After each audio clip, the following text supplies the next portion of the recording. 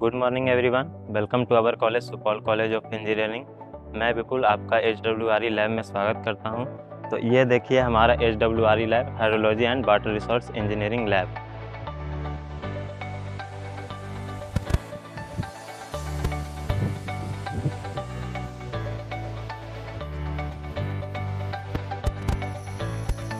आज मैं आप लोगों को ओपन फैन इवेपोरीमीटर के बारे में बताऊंगा और इसमें जो IS कोड है वो हम लोग 5973 को लेकर चलते हैं। तो फर्स्ट ऑफ ऑल हम लोग जानेंगे कि इवेपोरेशन क्या होता है। इवेपोरेशन बेसिकली एक सरफेस फिनोमेना है जिसमें कि जो वाटर है वो वाटर बॉडीज़ को सरफेस को छोड़कर एटमॉस्फेयर में चले जाते हैं। और ये किस रेट से इवेपोरेशन हो रहा है इसको मेज़र करने के लिए हम लोग जिस डिवाइस का यूज़ करते हैं उसका नाम ओपन फैन इवेपोरीमीटर है। ओपन फैन इवेपोरीमीटर जो है वो बेसिकली 4 टाइप्स के होते हैं, जिसमें सबसे पहला है क्लास A इवेपोरेशन फैन। तो ये देखिए, ये रहा हमारा क्लास A इवेपोरेशन फैन और ये गैल्वेनाइज्ड स्टील से बना होता है और इसका जो डाया होता है वो 1210 mm होता है और जो इसका डेप्थ होता है वो 255 mm होता है। और ये प्लेस्ड रहता है एक वुडन प्लेटफॉर्म पर जिसमें कि खाली जगह छोड़ देते हैं ताकि हमारा प्रॉपर फ्री एयर सर्कुलेशन होता रहे।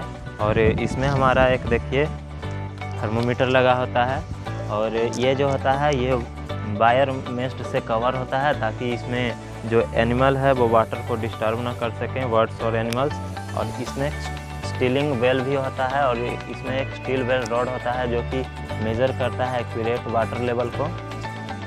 तो आइए अब हम लोग जान लेते हैं कि जो इवेपोरेशन रेट है उसको मेज़र करने के क्या प्रोसीजर होते हैं। तो इसमें सबसे पहले स्टेप में हम लोग क्या करते हैं, वाटर को पैन में ऐड करते हैं बिलो 50 mm फ्रॉम टॉप। और उसके बाद हम लोग इनिशियल रीडिंग ले लेते हैं इस स्टील बेल में कैलिब्रेशन के हेल्प से। और इनिशियल रीडिंग लेने के बाद हम लोग क्या करते हैं कि इसको 24 आवर्स के लिए छोड़ देते हैं और फिर 24 आवर्स के बाद आकर हम लोग इसका दोबारा फाइनल रीडिंग ले लेते हैं ताकि इसमें हम लोग देखते हैं कि कितना वाटर लेवल का लॉस हुआ है।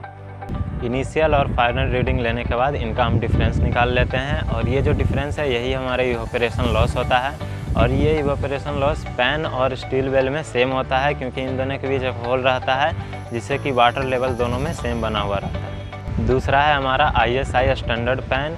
ये जो है ये मॉडिफाइड फॉर्म होता है क्लास A इवेपोरेशन पैन का, सेम उसी के तरह ये। और इसका जो डाया होता है वो 1220 mm होता है और ये कॉपर शीट का बना होता है और इसका जो थिकनेस होता है वो 0.9 mm होता है। और इसका जो इवेपोरेशन मेजर करने का जो प्रोसेस होता है इवेपोरेशन रेट का वो सेम क्लास A पैन की तरह होता है। तीसरा है हमारा कोलोराडो संकन पैन और इसके डायमेंशन की बात करें तो ये एक स्क्वायर पैन होता है जिसका लेंथ एंड विड्थ 920 mm होता है और इसका जो डेप्थ है वो 460 mm होता है। और ये अनपेंटेड गैल्वेनाइज्ड आयरन शीट का बना होता है और इसे हम ग्राउंड के नीचे इंस्टॉल करते हैं ऊपर से अप्रॉक्सीमेट 100 mm छोड़कर। इसका एडवांटेज ये है कि ये सिमिलर रेडिएशन और एरोडायनेमिक इफेक्ट देता है जैसा कि एक्चुअल वाटर बॉडीज़ में होता है। चौथा है हमारा USGS पैन। इसके डायमेंशन की बात करें तो ये भी एक स्क्वायर पैन होता है। इसका लेंथ एंड विड्थ जो होता है वो 900 mm और इसका जो डेप्थ होता है वो 450 mm होता है। इसका यूज हम लार्ज वाटर बॉडीज़ में इवेपोरेशन लॉस निकालने के लिए करते हैं और ये सपोर्टेड होता है फ्लोटिंग ड्रम पर वाटर बॉडीज़ में। तो अब हम लोग पैन कोफिशिएंट के बारे में बात करते हैं।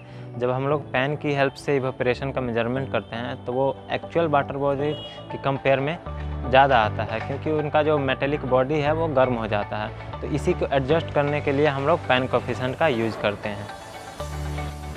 आइए अब हम लोग पैन कोफिशिएंट के वैल्यूज़ को देख लेते हैं। तो क्लास A पैन के लिए हम लोग जो एवरेज वैल्यू पैन कोफिशिएंट का लेते हैं 0.7, ISI पैन के लिए 0.8, कोलोराडो संकन पैन के लिए 0.78, USGS फ्लोटिंग पैन के लिए 0.8 और इनके रेंज भी आप देख सकते हैं।